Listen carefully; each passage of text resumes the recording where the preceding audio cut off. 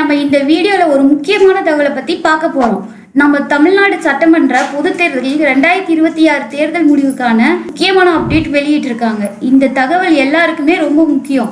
ஆனா குறிப்பா பாத்தீங்கன்னா தேர்தல் போட்டியாளர்கள், வாக்காளர்கள், அரசு ஊழியர்கள் மற்றும் தேர்வு பணியில் இருக்கிறவங்க எல்லாரும் தெரிஞ்சுக்கணும். நீங்க இதை பத்தின டீடைல்ஸ் தெரிஞ்சுக்கணும்னா இந்த வீடியோவை ஃபுல்லா பாருங்க.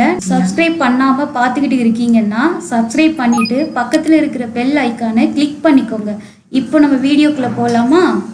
2026 தமிழ்நாடு சட்டமன்ற பொது தேர்தல் 23/4/2026 அன்று நடைபெற்றது. இத்தேர்தல் பதிவான வாக்குகள் எண்ணும் பணி 4/5/2026 திங்கட்கிழமை அன்று 62 வாக்கு எண்ணும் மையங்களில் நடைபெற உள்ளது. வாக்கு எண்ணும் வழிமுறைகளை பத்தி கீழே பார்க்கலாமா? வாக்கு எண்ணும் பணி சரியாக காலை 8 மணிக்கு துவங்குது. முதல்ல காலை 8 மணிக்கு துவங்கி தபால் வாக்குகள் எண்ணும் பணி மஸ்ட் தொடங்குது.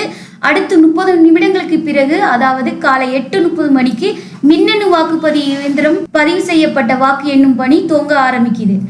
இப்போ பார்த்தீங்கன்னா ஒவ்வொரு வாக்கு எண்ணும் மையத்திலும் ஒரு பகுதி தபால் வாக்குகளும் மற்றொரு பகுதியில மின்னணு வாக்குப்பதிவு இயந்திரம் பதிவு செய்யப்பட்ட வாக்குகளும் அதற்கான மேசைகளில் எண்ணப்படும்.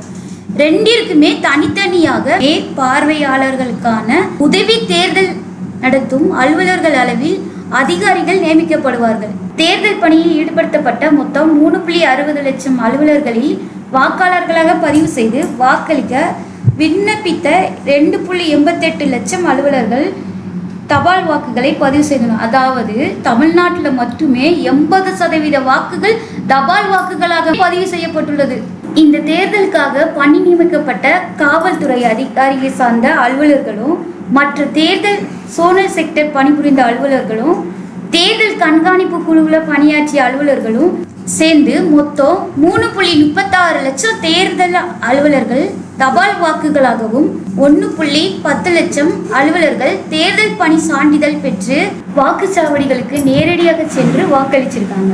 அதே மாதிரி 85 வயசுக்கு மேல இருக்கக்கூடிய வயதானவர்களும் மற்றும் மாற்றுத்திறனாளி வாக்காளர்களும் வாக்களிக்கிறதுக்காக படிவம் 12ஆம் விண்ணப்பத்தின் பெயரில் மொத்தம் 1.73 லட்சம் வாக்காளர்கள் தபால் வாக்குகள் மூலம் வாக்களிச்சிருக்காங்க. இதுவரை சேவை வாக்குகள் 18,000 நபர்கள் வாக்களிச்சிருக்காங்க. இவர்களில் தபால் வாக்குகளின் எண்ணிக்கை 4/5/2026 திங்கட்கிழமை அன்னைக்கு காலையில 8 மணியிலிருந்து வாக்குகள் எண்ணப்படும். இந்த வீடியோ உங்களுக்கு பிடிச்சிருந்தா லைக் பண்ணுங்க, உங்க ஃப்ரெண்ட்ஸுக்கு ஷேர் பண்ணுங்க. வேற ஏதாவது இன்ஃபர்மேஷன் வேணும்னா கமெண்ட் பாக்ஸ்ல கமெண்ட் பண்ணுங்க.